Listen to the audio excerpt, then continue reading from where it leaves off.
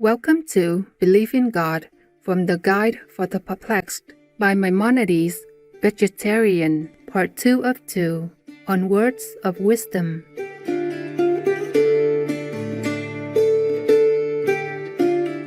Maimonides, also known as Harambam, or Rabbi Moses ben Maimon, was a notable medieval Jewish philosopher, astronomer, physician, and intellectual figure.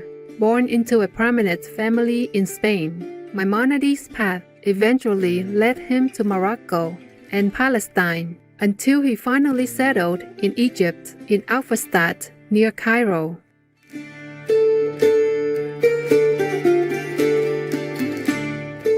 Shortly after moving to Egypt, life-changing events prompted him to start his practice as a physician.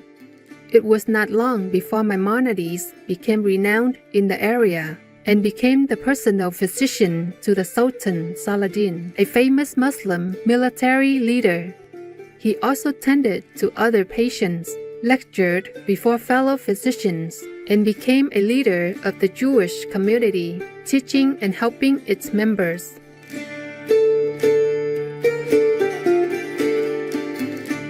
Famous works by Maimonides include Mishneh Torah, a commentary on the Talmud, and the Guide for the Perplexed, philosophical discussions regarding theological matters.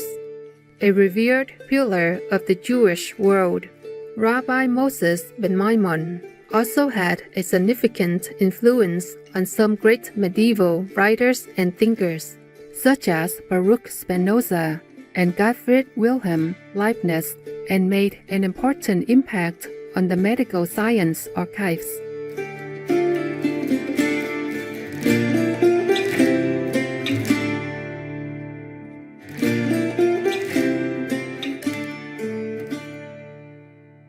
Today, we will read selections from Part 1, Chapter 39 and 44 in Rabbi Moses ben Maimon's book, The Guide for the Perplexed.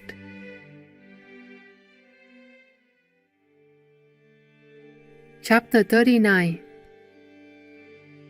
The Hebrew lab, heart, is a homonymous noun, signifying that organ which is the source of life to all beings possessing a heart, and thrust them through the heart of Absalom.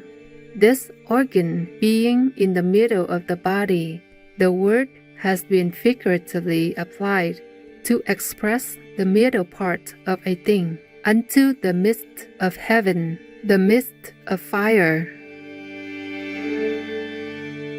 It further denotes thought.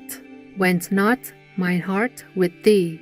I was with thee in my thought when a certain event happened. Similarly must be explained, and that ye seek not after your own heart, after your own thoughts, whose heart, whose thought turn away this day.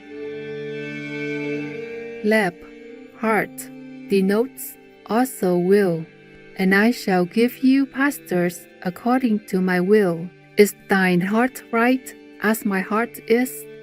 Is thy will right as my will is?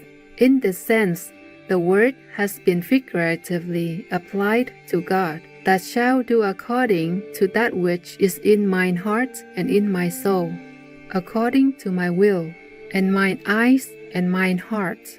My providence and my will shall be there perpetually.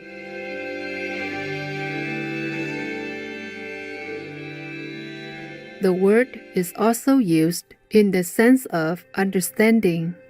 For vain man will be endowed with a heart, will be wise.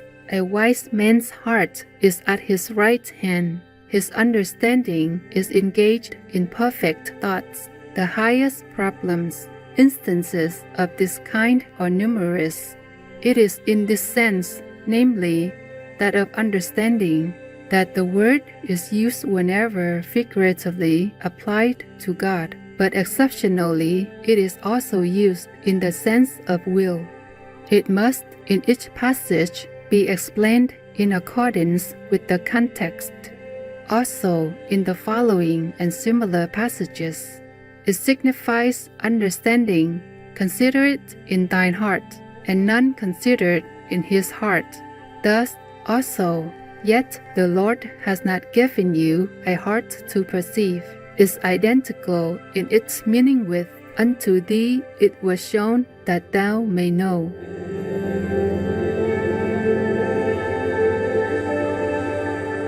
As to the passage, and thou shalt love the Lord thy God with all thine heart, I explain with all thine heart to mean with all the powers of thine heart, that is, with all the powers of the body, for they all have their origin in the heart. And the sense of the entire passage is, make the knowledge of God the aim of all thy actions, as we have stated in our commentary on the Mishnah and in our Mishnah Torah.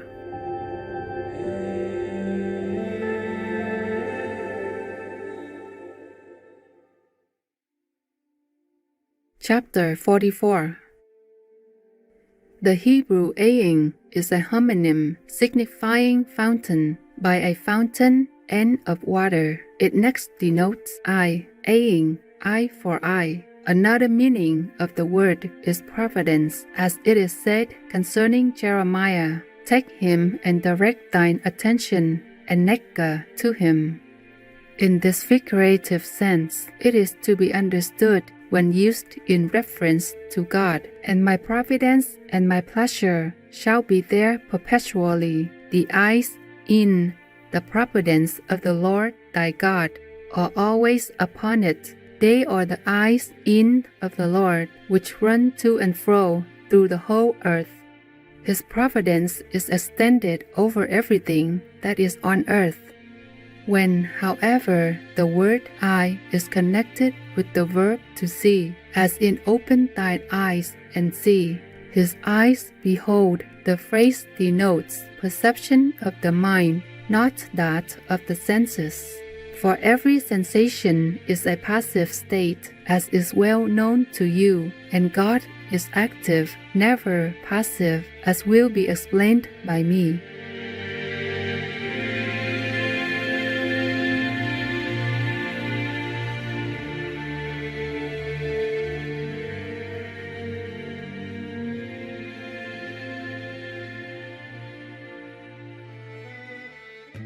The easiest thing to change is our menus.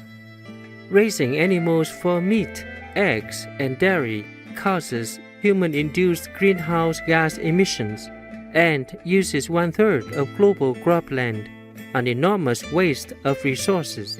Pamela Anderson, vegan.